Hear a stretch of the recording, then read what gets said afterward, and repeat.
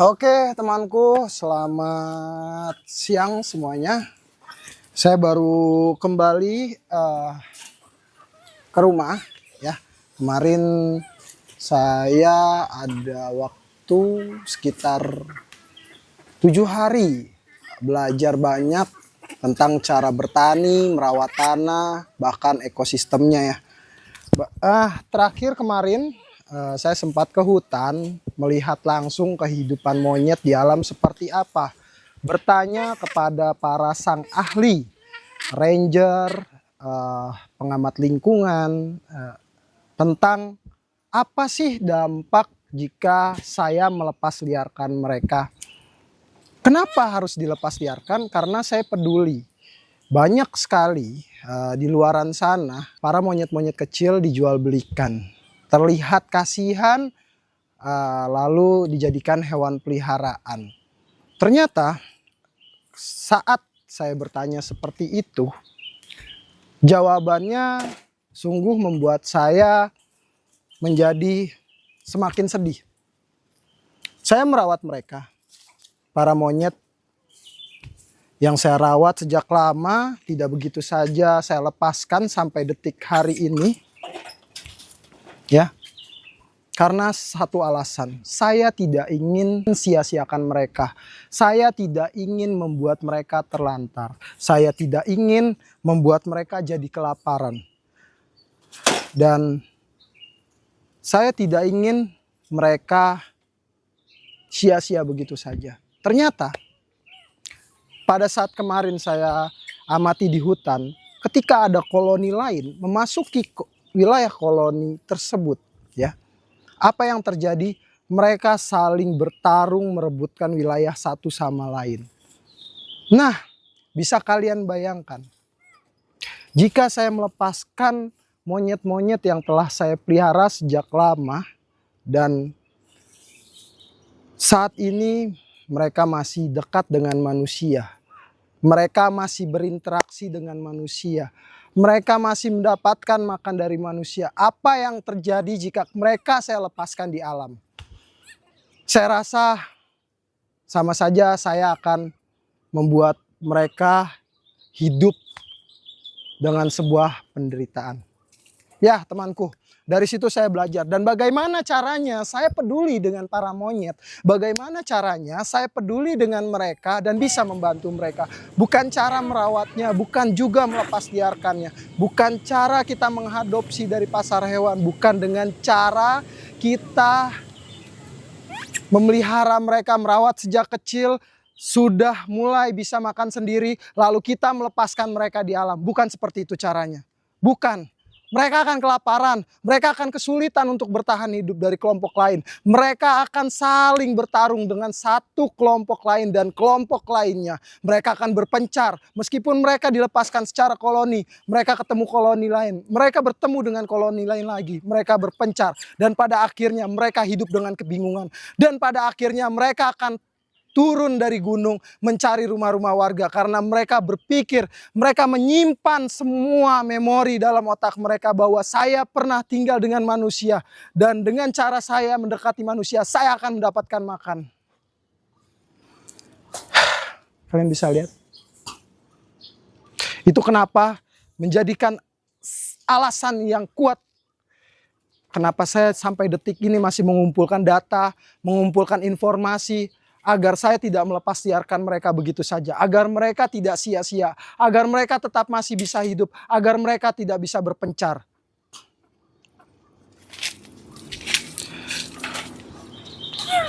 Apa cukup melepas liarkan mereka bisa berkembang biak? Tadinya saya seperti itu. Setelah saya dalami, setelah saya pelajari, setelah saya amati, bukan hanya proses rehabilitasi saja. Bukan hanya proses habituasi saja membuat mereka bisa hidup ke alam liar. Tapi di mana kita harus tahu luas batasan wilayah dari satu koloni ke koloni lainnya. Berapa hektar, jelajah mereka sampai mana yang sudah tinggal di situ. Jangan sampai mereka bertemu dengan koloni lain. Mereka akan saling menyerang dan mempertahankan wilayah satu sama lain. Dan bagi yang sudah dipelihara manusia, mereka tidak punya keterampilan untuk mempertahankan diri mereka. Pada akhirnya mereka akan berpencar. Pada akhirnya mereka akan turun dari hutan. Pada akhirnya mereka akan kembali lagi pada manusia. Dan apa yang terjadi jika bertemu dengan manusia?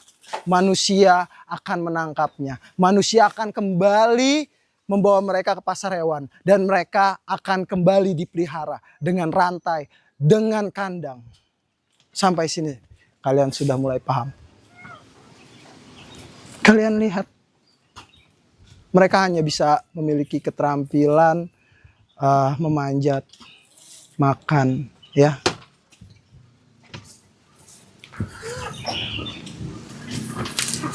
Jadi bagaimana solusinya untuk saya bisa menyelamatkan mereka?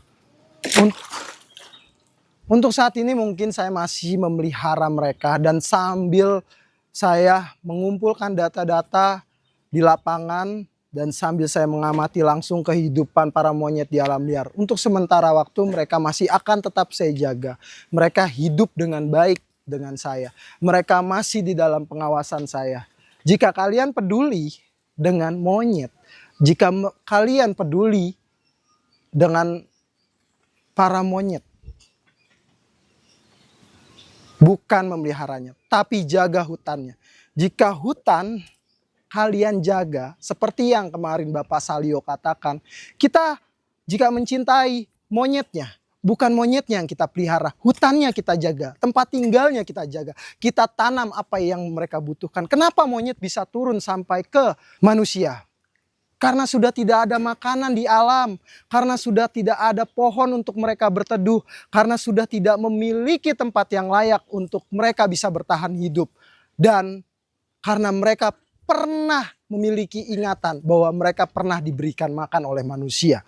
Nah, jadi kuncinya saat ini pola konsep dari konten saya, semua video saya akan terapkan benar-benar dengan nyata bahwa saya akan bergerak langsung turun mengamati mereka di alam dan saya akan membuat benih atau bibit pohon yang mereka butuhkan.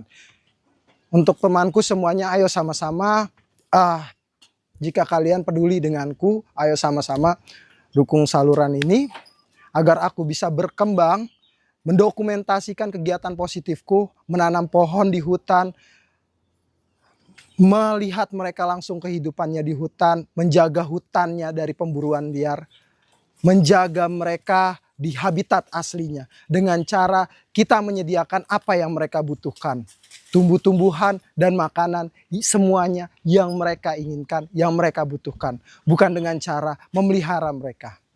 Jadi sampai sini saya menyatakan untuk hari ini saya akan lebih menjaga habitat mereka dibandingkan saya harus mengadopsi lebih banyak bayi monyet. Jadi seperti itu temanku ya. Banyak belajar dari perjalanan saya selama 7 hari ke depan. Dan di situ saya jujur merasakan bahwa ini adalah cara yang terbaik untuk menjaga mereka di alam. Jadi nantinya saya akan membersihkan tempat ini. Saya akan membuat lahan pembibitan di sini. Dan kalian jika ingin peduli sama-sama denganku menjaga atau merawat monyet di alam, kalian bisa bersamaku mengadopsi beberapa bibit untuk kita tanam kembali di hutan.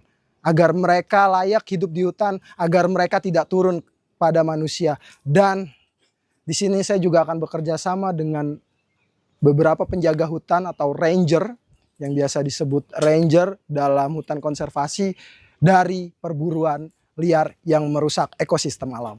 Oke, mungkin seperti itu saja untuk kabar saya setelah saya pulang dari hutan Gunung Sanggabuana.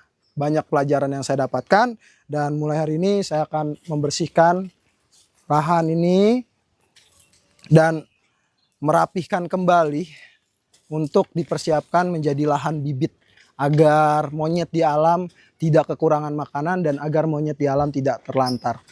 Terima kasih untuk temanku semua, untuk kalian yang masih setia menonton di saluranku, dan sekali lagi saya menitip pesan untuk kalian untuk tidak memelihara monyet dan tidak melepaskan sembarangan. Saya Subhan, lanjut lagi di video selanjutnya. Terima kasih.